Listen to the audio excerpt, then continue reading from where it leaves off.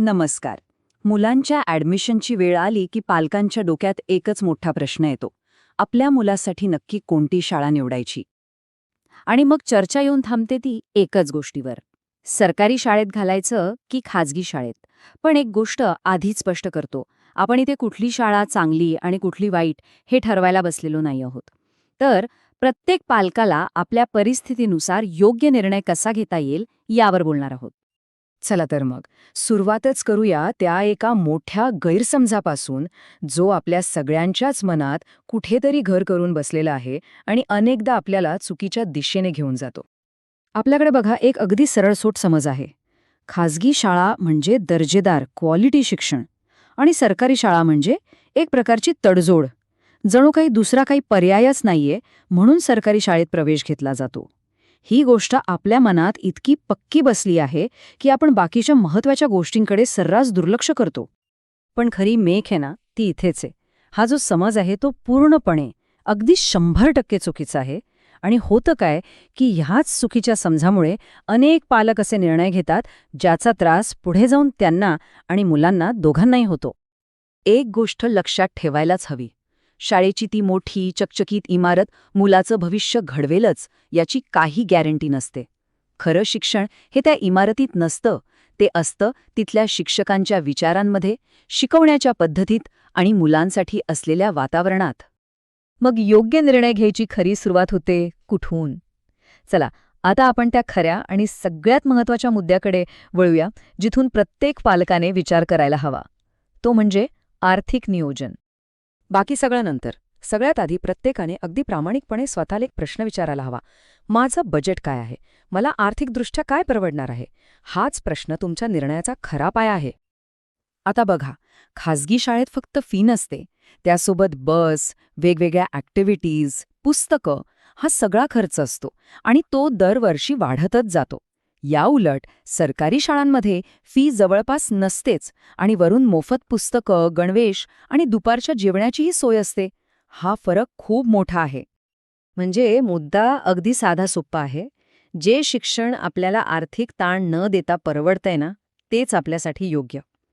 काही झालं तरी मुलांच्या शाळेसाठी कर्ज काढायची वेळ येऊ नये, हे सर्वात महत्त्वाचं. बरं, बजेटचा विषय तर झाला. आता एका अशा गोष्टीबद्दल बोलूया जिचा विचार अनेकदा केलाच जात नाही. तो म्हणजे शिक्षणाचं माध्यम. मुलाच्या सुरुवातीच्या जडणघडणीत हे किती महत्त्वाचं आहे याचा विचार केला आहे का? एक गोष्ट आपण सगळ्यांनी समजून घेतली पाहिजे. लहान वयात मुलं काही नवी भाषा शिकत नसतात. ते शिकत असतात संकल्पना, म्हणजे कॉन्सेप्ट्स.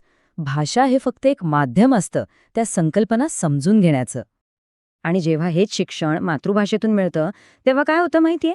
मुलांना संकल्पना पटकन कळतात. मनात काही शंका आली की ते विचारायला घाबरत नाहीत. आणि यामुळे काय होतं तर त्यांच्या शिक्षणाचा पाया इतका मजबूत होतो की तो आयुष्यभर टिकतो. आता अनेकांना प्रश्न पडतो, मग इंग्लिशचं काय? पण त्याची काळजी करायचं काहीच कारण नाही. कारण एकदा का पाया पक्का झाला ना की मग इंग्रजी भाषा शिकणं खूपच सोपं होऊन जातं. मुलं मोठी झाल्यावर ते सहज आत्मसात करतात. पण सर्वोत्तम शाळा म्हणजे नक्की काय? फक्त महागडी फी, मोठा नाव, की याच्या पलीकडेही काहीतरी आहे? आता जरा सरकारी शाळांबद्दल बोलूया. काही गोष्टी अशा आहेत ज्यांच्याकडे आपलं सहसा लक्ष जात नाही, पण त्या खूप महत्त्वाच्या आहेत. उदाहरणार्थ, सरकारी शाळांमध्ये अनेकदा खूप अनुभवी शिक्षक असतात. म्हणजे त्यांच्या अनुभवाचा थेट फायदा मुलांना मिळतो. शिवाय हुशार मुलांसाठी शिष्यवृत्ती, वसतिगृहाची सोय यासारख्या संधी तिथे असतात. आणि सगळ्यात महत्त्वाचं, खाजगी शाळांसारखा तो स्पर्धेचा आणि अभ्यासाचा अनावश्यक मानसिक दबाव मुलांवर खूप कमी असतो.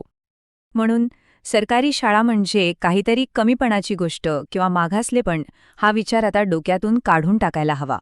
खरं तर आज अनेक सरकारी शाळा खूप चांगलं काम करतायत आणि एक उत्तम पिढी घडवत आहेत. चला, सगळ्यात आधी बघूया खाजगी शाळा म्हणजे काय अपेक्षा असतात आपल्या, आणि खरं वास्तव काय आहे. का बरं वाटतं बहुतेक पालकांना की खाजगी शाळाच त्यांच्या मुलांसाठी सर्वोत्तम आहेत? हो, हे नाकारता येणार नाही की खाजगी शाळांमध्ये मुलांना अधिक संधी मिळतायत. त्यांचं एक्सपोजर वाढतं, आत्मविश्वास वाढतो आणि त्यांना वेगवेगळ्या कला, क्रीडा प्रकारांमध्येही भाग घेता येतो. आणि साहजिकच याच गोष्टींमुळे पालक खाजगी शाळांकडे ओढले जातात. पण इथेच खरा मुद्दा आहे. जास्त फी भरली म्हणजे मूल एकदम हुशार होणारच याची गॅरंटी आहे का? नाहीये. मग जर शाळेचं नाव, फी ह्या गोष्टी महत्वाच्या नाहीत, तर मग नेमकं महत्वाचं आहे तरी काय? आता आपण येऊया सगळ्यात महत्वाच्या भागाकडे. आता आपण आपलं लक्ष शाळेवरून उचलून घराकडे नेऊया, कारण खरी जडणघडण ती तर तिथेच होते. आता विचार करा, एकीकडे आहेत शिक्षक जे मुलासोबत दिवसाचे 4-5 तास असतात, आणि दुसरीकडे पालक जे 24 तास मुलांसोबत असतात. आता साधा हिशोब आहे, मुलाच्या आयुष्यावर सगळ्यात जास्त प्रभाव कोणाचा असणार? अगदी बरोबर, मुलाची पहिली शाळा म्हणजे त्याचं घरच. कारण मूल बोलायला कुठे शिकतं? घरात. वागायला कुठे शिकतं? घरातच. आयुष्याचे धडे, संस्कार हे सगळं शाळेत जायच्या खूप आधीच घरात सुरू झालेलं असतं. म्हणजे मुलाच्या चारित्र्याचा पाया तो तर कुटुंबच रचतं. आणि म्हणूनच म्हणतात, शाळा शिकवते पण घर घडवतं. शाळा माहिती देईल, ज्ञान देईल, पण मुलाला एक चांगला माणूस म्हणून घडवण्याची जबाबदारी ही घराची आणि पालकांचीच असते. चला आता एका वेगळ्या पण तितक्याच महत्त्वाच्या मुद्द्याकडे वळूया. ही जी शाळेची निवड, मार्कांची शर्यत आहे ना, याचे काही नकारात्मक परिणामही आहेत. एक अशी किंमत जी दिसत नाही पण मुलांना मोजावी लागते. आजकाल बघा ना, अगदी लहान वयातच मुलांवर किती मोठं ओझं टाकलं जातंय स्पर्धेचं. शाळेच्या ॲडमिशनपासून सुरू होतं ते.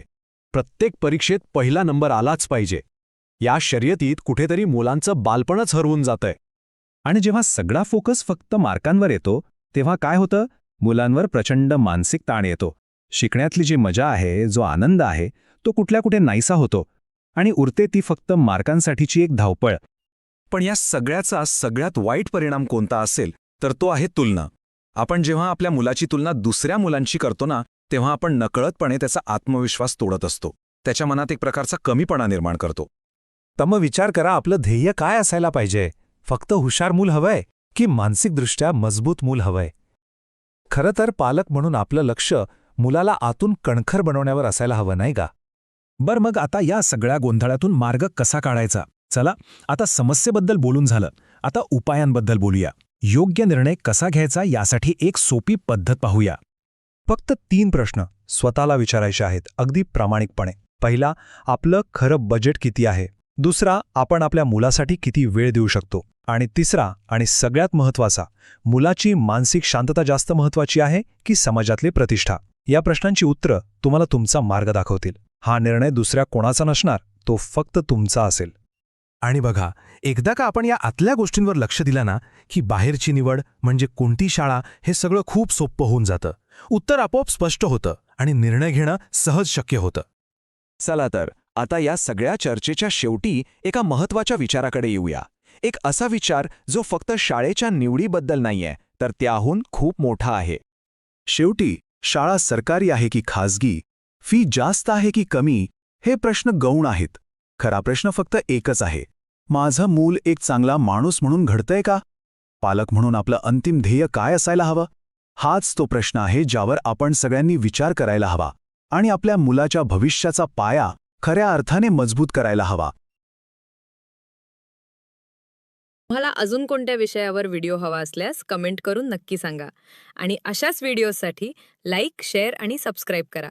भेटूया पुढच्या व्हिडिओत.